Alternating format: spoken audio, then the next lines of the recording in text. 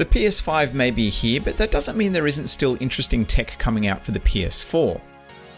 The Decade Tournament Controller Upgrade Kit is a new product from extremeRate, which they were nice enough to send me out for review, and it lets you add 4 programmable buttons to an official Dualshock 4. These buttons can be mapped to any of the existing Dualshock buttons with the exception of the Share option and the PS button. Now, on paper it may sound very similar to the Dawn kit, and from a features perspective it is. The key difference is that the Decade has a completely new shell which replaces both the front and back casing. This means that you're essentially transplanting the guts of a Dualshock 4 from the official housing into a custom shell. Outside of giving it a new look, this has a couple of advantages over the Dawn kit, and I'll be covering those in detail. So, if you're unfamiliar with extremeRate, they specialise in DIY mods for a variety of gaming platforms. They do everything from new buttons, custom controller shells, LED lights, and full-on mod kits like the Decade. The previous mod kit I reviewed from extremeRate was the Dawn, which I felt was pretty good value, although there were a couple of things I felt could be improved. The Decade addresses most of these and is only marginally more expensive, setting you back about $55 Australian. It comes in a variety of colours, including a plain black and this white if you're not into loud colours and patterns. The installation is a little bit more involved than the Dawn, simply because it has more components, but it's still easy enough that most non-technical people should be able to get it done.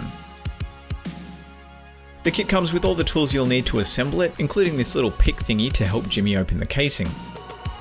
All of the components fit perfectly together, making the install fairly straightforward, and the end result feels really solid.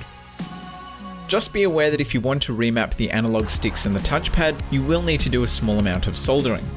If that isn't something that you're comfortable with, then it is possible to do the rest of the install without soldering. extremeRate has an installation video on their channel which might be worth watching prior to purchasing this kit, just so you know what you're in for. Links are in the description if you want to check that out. Now, if the solder-free install still looks a bit intimidating, well, I don't blame you, but extremeRate does sell this kit pre-assembled if you live in the US. If you're interested, it's called the Hex Gaming Esports Hyper Controller, and along with having a slightly unfortunate name, it's also currently only shipping to the US, and I'm not sure if or when this will change. I guess that might depend on how successful it is. I should also clarify, this kit doesn't include a Dualshock 4. You'll need to already have one in order to use this kit. From a usability point of view, the Decade feels pretty good. Obviously, comfort will depend on a lot of factors like the size of your hands, how well you can reach the buttons, and personal preference for layout and shape. Personally, I find it very comfortable to use, and my fingers rest in the right spot for each of the additional buttons. The new buttons don't appear to have any lag, or at least I couldn't feel any kind of input delay. The buttons also have a nice tactile click, which provides feedback that you can both hear and feel. The front casing has a very soft, almost silky feeling to it. It's hard to explain, but it feels like a premium material and not some cheap plastic.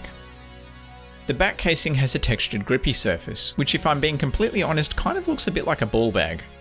I don't really like the way that it looks, but man does it feel good in the hands. The controller, that is. If you have sweaty palms, then rejoice, because this should provide more grip than a standard Dualshock 4. The rest of the buttons and sticks all feel like they're supposed to. They are from a genuine Dualshock after all, so not really any surprises here. In terms of functionality, it's very similar to the Dawn kit. It gives you the same amount of extra buttons, and just like the Dawn, it allows you to remap any of the buttons, including the touchpad and sticks, again if you do the solder install. In addition, it has 2 trigger stops, which restrict the amount of movement on the L2 and R2 triggers. This is ideal for shooters or any game where being able to quickly tap these buttons will give you an advantage. So in a game like Call of Duty, reducing the travel distance allows you to fire a tiny bit faster. It's not really a game changer if I'm being honest, and because it's a completely mechanical solution it does have some limitations, but I'll come back to this in a minute. The new shell design is a big improvement over the Dawn kit. The larger footprint has allowed the additional buttons to be placed in a better position, which was one of the issues I had with the Dawn. Not only are they more comfortable to reach, but they're also a bit easier to press.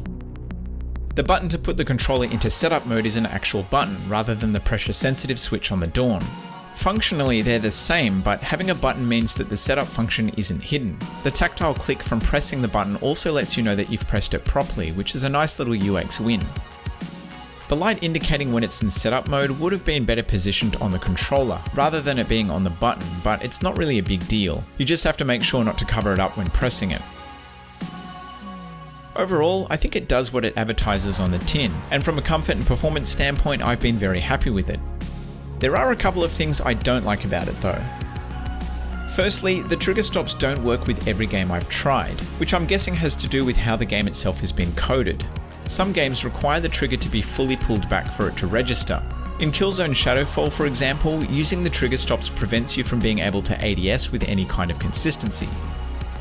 Now, certain games allow you to modify the trigger sensitivity, which would theoretically mitigate this issue, but the only way to know for sure would be to experiment. So yeah, I wouldn't buy this kit specifically for this feature. Another issue is that you lose the ability to use the charging dock. Obviously this doesn't affect everybody, but for dock enthusiasts like myself, it's definitely a bummer.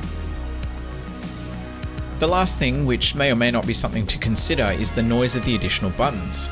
They make a reasonably loud clicking sound, which I personally think is satisfying, but it is possible this clicking could annoy someone within earshot.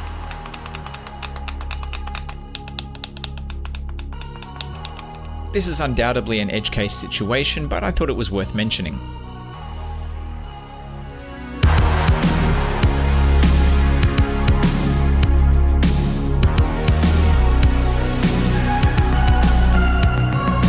So, final thoughts.